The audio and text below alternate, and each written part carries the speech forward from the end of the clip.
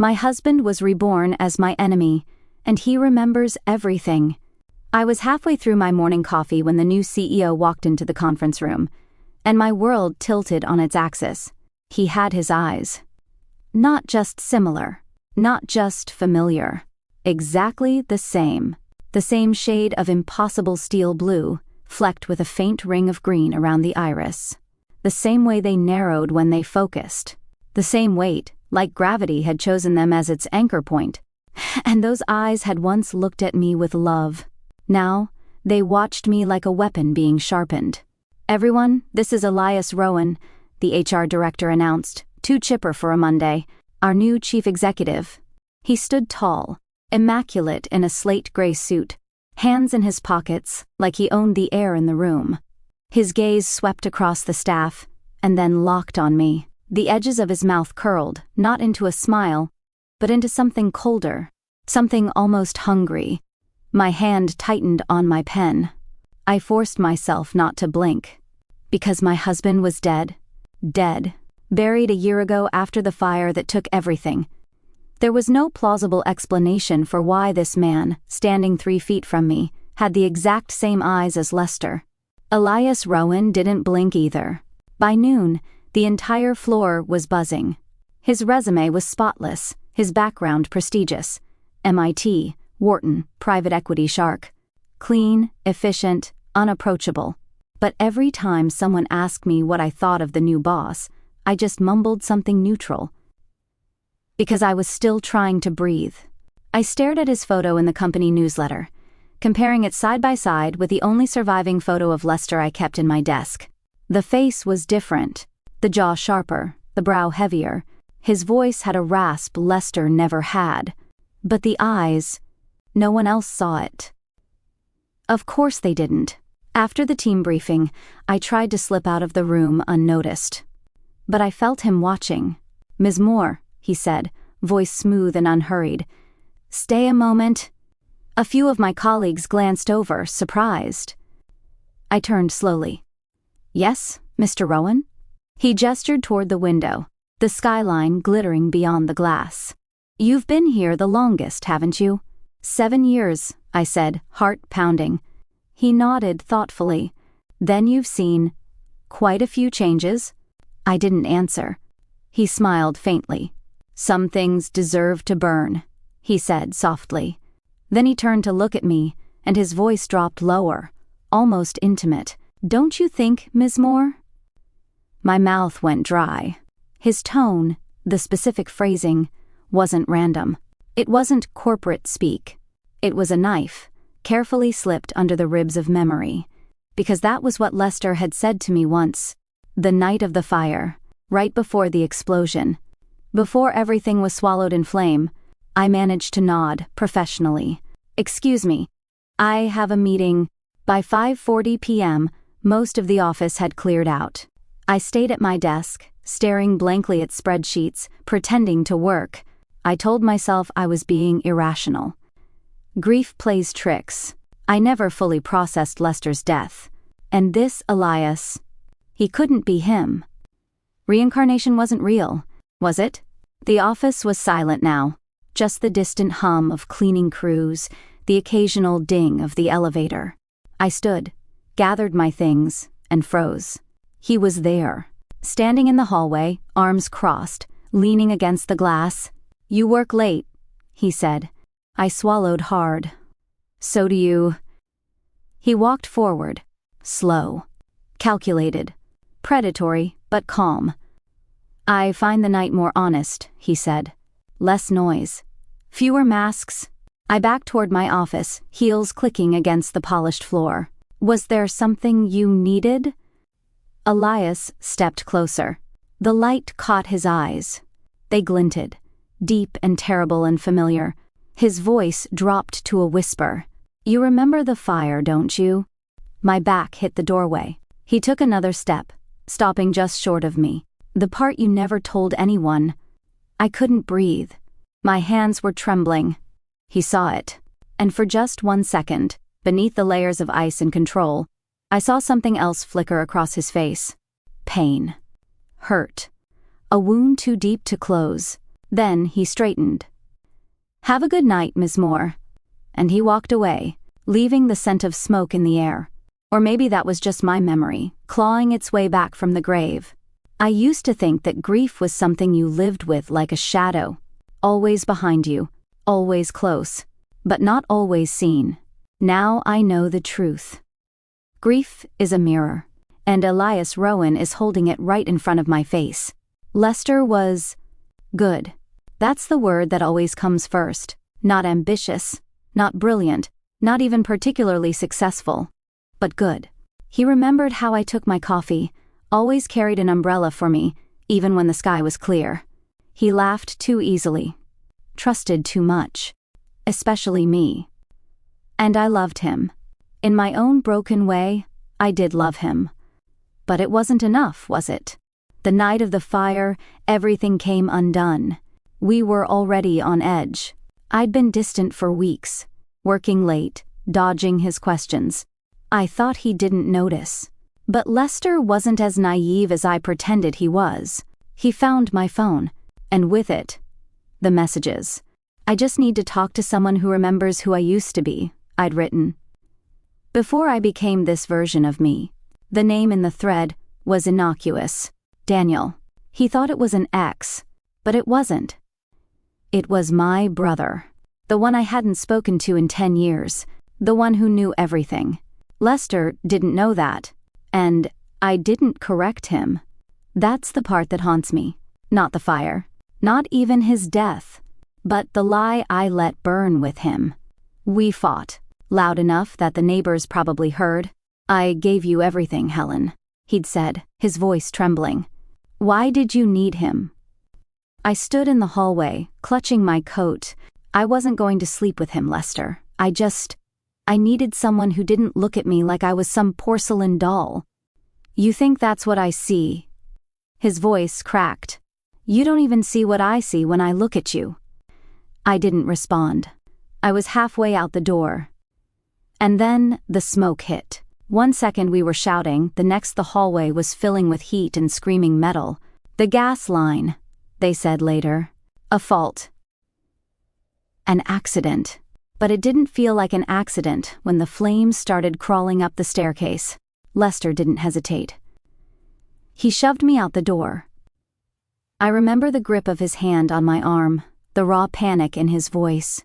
"Go. Now." I screamed for him to follow. He didn't. He ran back. For the diary. I kept it hidden. Stupid. Sentimental. Pages of truth I was never brave enough to say aloud. Secrets. The real story behind Daniel. Behind me. I never told him where I kept it. But he knew. The fire department found him near the study, curled around it like it was gold. They said he died of smoke inhalation before the flames reached him. They said it was heroic. I said nothing. Because that night, I was going to leave him. Because he died protecting the version of me he never truly understood. Because I lied. And the lie buried him. In the office, Elias watches me like a hawk, always composed, always distant, except when he looks at me. Then his jaw tightens, his knuckles go white, and I swear, in the silence between seconds, I can hear the fire again. "Do you believe in second chances?" he asked yesterday, casually, as if we were just colleagues sharing coffee. I fumbled for an answer. "I think people can change." He smiled. "No. They just reveal what was already there." He's not trying to scare me. Not in the obvious way. No. It's something worse. He wants me to confess. To say it out loud. But I won't. I can't. Because the moment I do, he'll stop being Elias. And become exactly what I fear. It's a Wednesday when the cup slips from my fingers. I'm walking past the break room, already exhausted, head spinning with numbers and old ghosts. My hand brushes the doorframe. My grip loosens. Ceramic hits tile with a sharp, echoing crack. I freeze. Everyone turns, but only one voice cuts through the noise. "Lenny." My breath stops. Lenny. No one called me that but Lester. It was a silly nickname from college, short for Helen, somehow. A name born in laughter, whispered in bed, scribbled in margins of love notes. No one knew it. No one but him. I look up. Elias is standing across the room, coffee in hand, composed as ever. But his eyes are burning. He realizes what he said, and for the first time since he arrived, he looks shaken. He sets the cup down and leaves the room without another word. My hands are still trembling when I kneel to pick up the shattered pieces. But there's no putting them back together. Not the cup, not the memory, and not the lie that started it all. There's a cruelty in precision. Elias Rowan doesn't scream. He doesn't throw tantrums. He doesn't even raise his voice. But in the span of a week, he dismantles my life with surgical accuracy. First, he pulls me off the Monroe acquisition, a case I've led for 6 months, the one I was supposed to present to the board. No explanation, no warning, just a brief email forwarded from HR. Effective immediately. Project lead reassigned.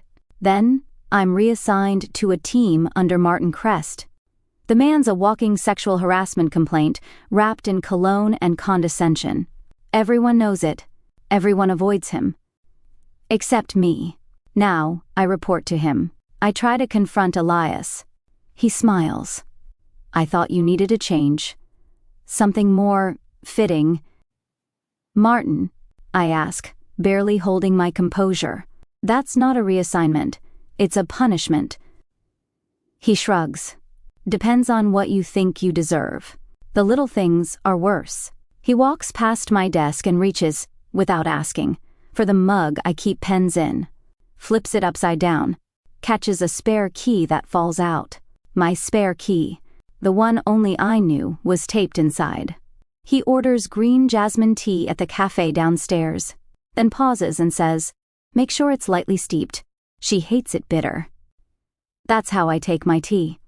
Always have. No one ever noticed, except Lester. He makes a joke at a team lunch. Something about how I always straighten the picture frames in conference room C, because one of them tilts 3 degrees off center. No one laughs, because no one else knew that. I did it when I was stressed. Lester noticed. He used to tease me for it. Now Elias does the same. Except there's no warmth in his smile. Only something that looks like satisfaction. Like he's letting me feel the breath of the fire before he pushes me in. I barely sleep. I sit in my apartment, surrounded by silence, scrolling through every database I can access. Public records, old LinkedIn trails, alumni lists, legal licensing. Elias Rowan didn't exist more than a year ago. No birth record, no family, no employment before 12 months ago. Nothing. As if he materialized from the smoke, which would be impossible. Wouldn't it? I confront him the next day. Wait outside his office until the last person leaves. Step inside as he's packing his briefcase. "You're not real," I say. My voice shakes more than I want it to. "Who are you really?" He looks up. Calm as ever. "You should know." I don't. "Yes," he says, slowly walking around the desk. "You do. You knew the moment you saw me. You felt it. I saw a resemblance. That's all." He steps closer. His cologne is faint. Cedar and ash. "You didn't just see him, Helen," he whispers. "You recognized me." I flinch. He smiles again, but it's not kind. It's grief weaponized. Soft, then sharp. "You built the pyre," he says. "I just died in it." Silence folds around us like smoke.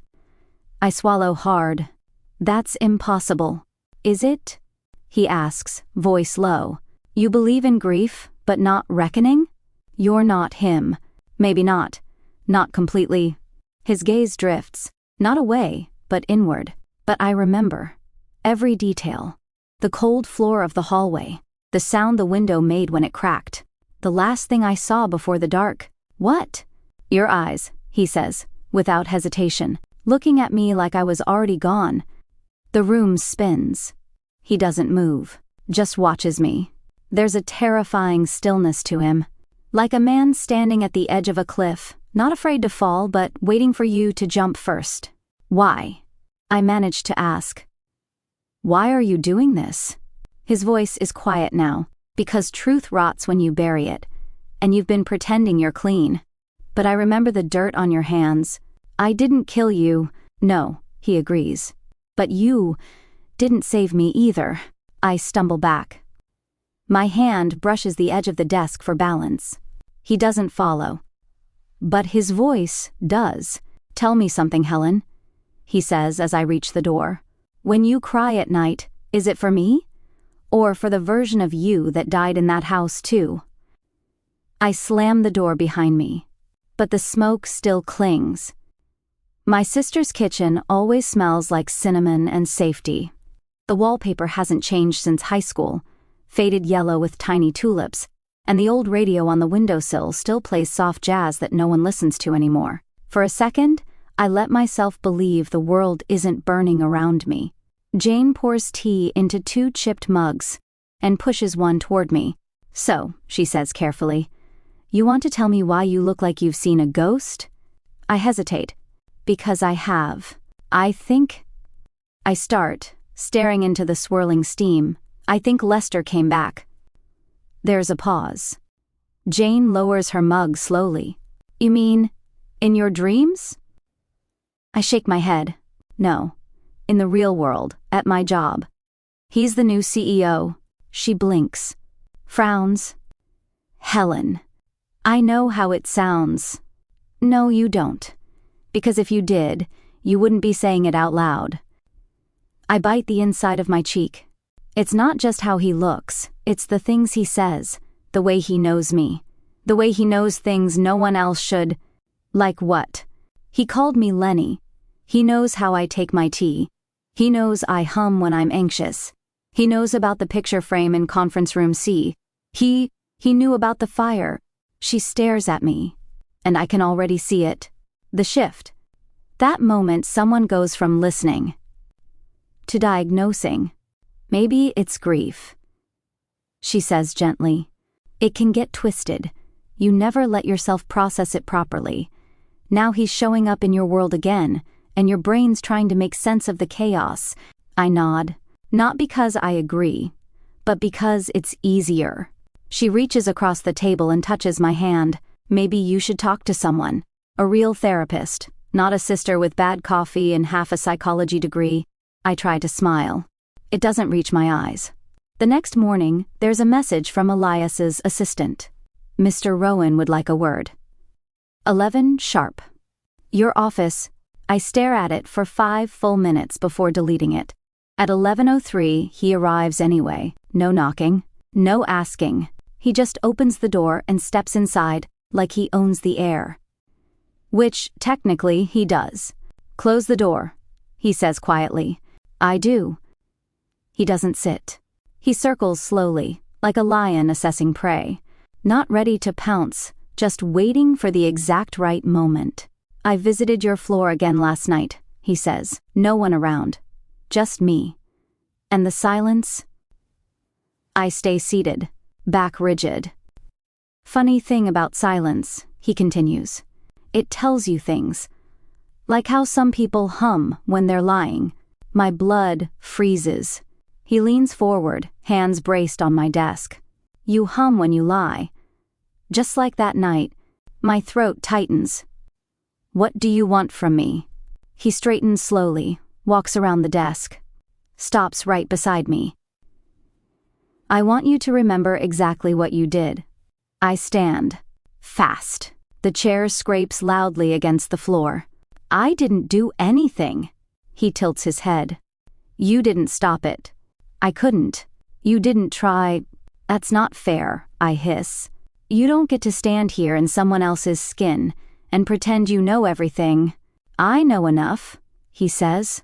I remember you standing there, in the doorway. I remember the look in your eyes. You wanted to run. I turn away, but he grabs my wrist. Not hard, just enough to make me freeze. I remember everything, Helen, he says, voice low, trembling now. I remember burning. And I remember thinking, she's already gone. I pull away. My hands shake. He doesn't chase me this time. He just looks at me, like he's still trying to decide whether to damn me or forgive me. I step back toward the door. My chest feels tight. The room feels smaller. You think you know what happened? I whisper. You only know how it ended. He says nothing. I tried to save you, I say. I screamed for you. I waited. He closes his eyes, and for 1 second, he looks like Lester. Not Elias, just Lester, broken, confused, hurt. Then he opens his eyes, and it's gone. All I want, he says softly, is the truth. And I don't know if he means mine or his. The hard drive was buried in the back of my closet, behind an old winter coat and a box of holiday decorations I hadn't touched since Lester died. I didn't even remember putting it there. My hands found it before my mind could catch up. It was one of those sleek portable models, black and scuffed around the edges. Lester's handwriting was still on the label in faded silver marker, private, do not delete. I stared at it for a long time before plugging it into my laptop. A folder popped up, dozens of files, spreadsheets, drafts of legal arguments, scanned receipts, but one folder sat alone at the top. Helen, I clicked. There were letters, written but never sent.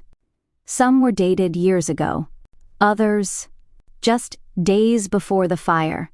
I opened the most recent one, September 4th, 20XX. I want to believe you. God, Helen, I want to believe you so badly it hurts. But how do I ignore what I saw? How do I forget the way Max looked at you? The way you looked at him, or didn't? You say you love me, and maybe you do, but you're hiding something. I know it. And the worst part is, I know what kind of man Max is. He's always taken what he wanted, even when it wasn't his to take. I remember what he did when we were kids. I remember the way he looked at Mom. You think I forgot, but I didn't. I never forgot. So if he's doing the same thing to you, and you're afraid to tell me, I'll protect you. Even if it means losing you. Even if it means burning everything down. Lester. I dropped my hand from the mouse. The words swam in front of me, blurring and bleeding together.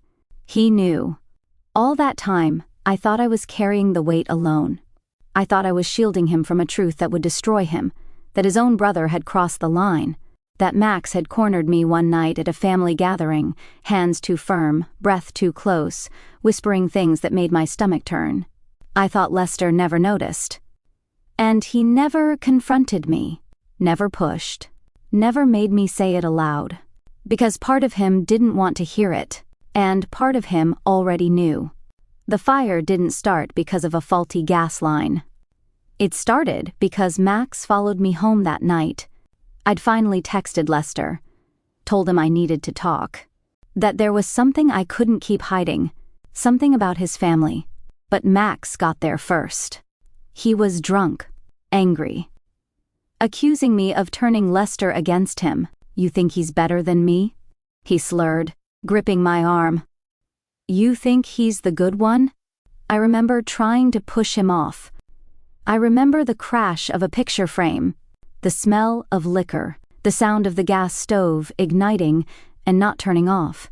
Lester burst in a minute later. He didn't hesitate. He dragged Max off me, shoved him toward the door, then turned to me. Are you okay?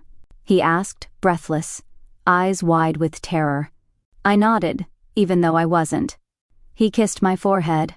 I need to get something, he said. Wait outside. I never knew what he went back for. Until now. The journal, the evidence, the last piece of the puzzle. He thought it was his fault, that if he'd protected me sooner, none of it would have happened.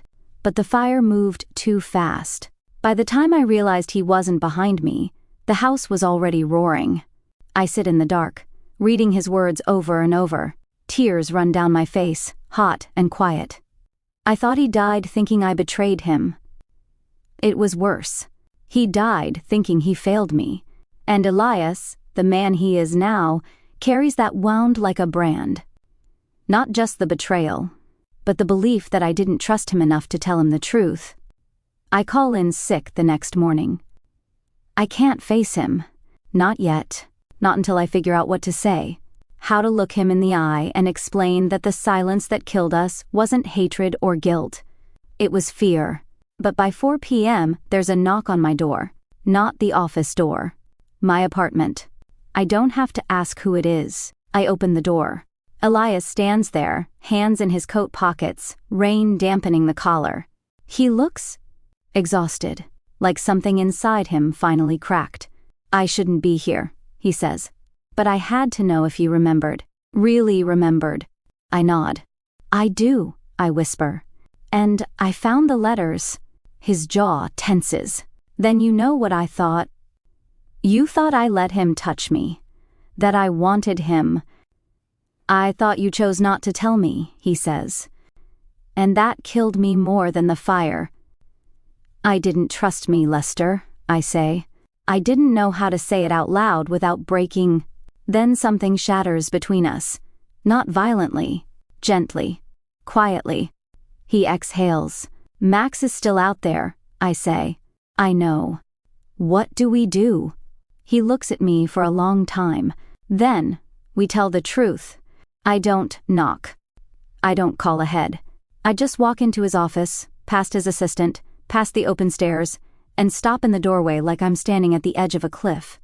He's at his desk, sleeves rolled to his elbows, head bowed over a legal brief. He doesn't look up. You shouldn't be here, Elias says. I know. Finally, he raises his eyes. That same haunting steel gray. The same storm, still swirling just behind them. I found your letters, I say, pulling the printed pages from my bag. I place them gently on his desk, between us like an offering. I read everything. For a long time he doesn't move.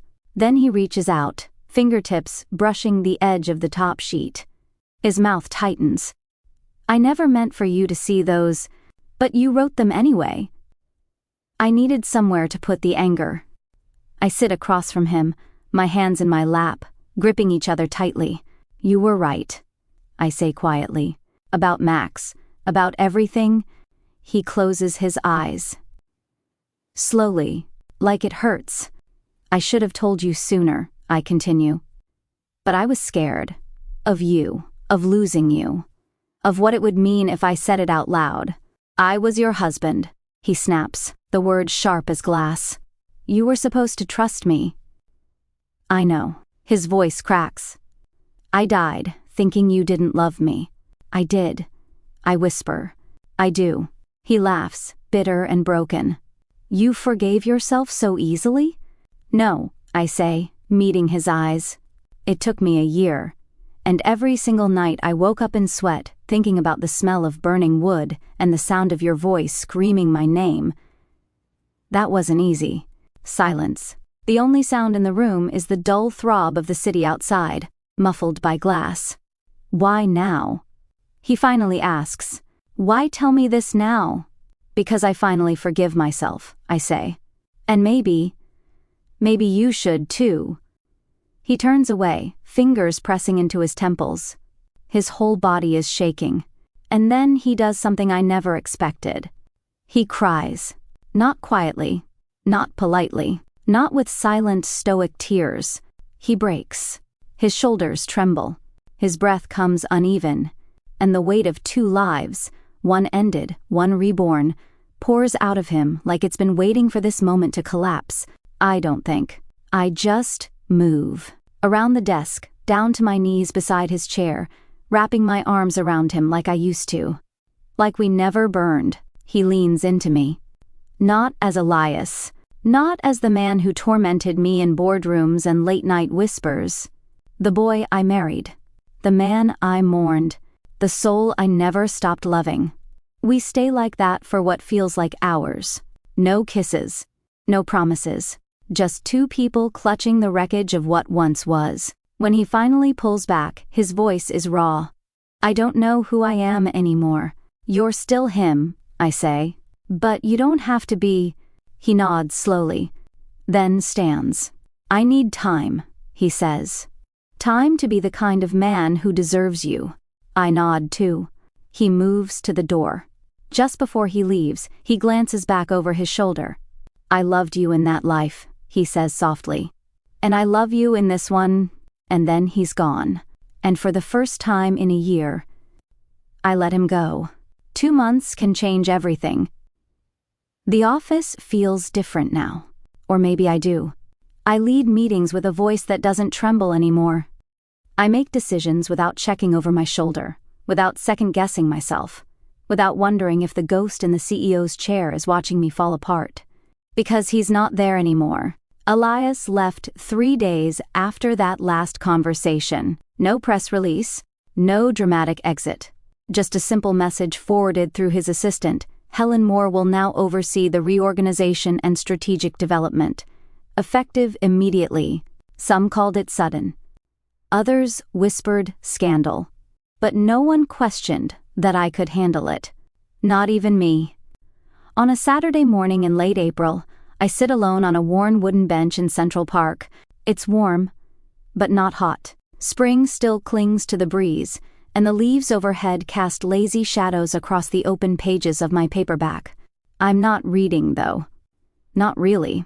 Just breathing. It's something I had to relearn. How to sit still without bracing for something to collapse. How to exist in the quiet without assuming the worst. I flip a page I haven't finished and take a sip from my to-go coffee cup. Then I hear it. The scuff of shoes on gravel, the shift in air beside me, the pause. I don't look up, not right away. I feel him before I see him. Then, slowly, I turn my head. Elias, but not the man I knew from boardrooms and nightmares.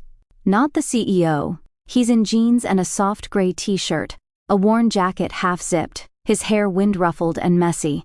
No mask, no armor, no calculated smile. Just a man, with Lester's eyes, and something softer behind them now. Mind if I sit? He asks. I nod, and he lowers himself beside me, leaving just enough space between us for uncertainty to breathe. For a moment, we sit in silence. Then he glances sideways. Still reading murder mysteries? I smile without meaning to. Still judging my taste? Always. We both laugh. A real sound. Not forced. Not bitter. He sobers first. I've been working, he says. Not in a firm, just privately. Consulting. Therapy. A lot of walking. A lot of thinking. You look different, I say. I feel different. He hesitates, then reaches into his jacket pocket and pulls out a small envelope. He hands it to me. Inside is a photo, faded, slightly singed around the edges. Lester and me, smiling.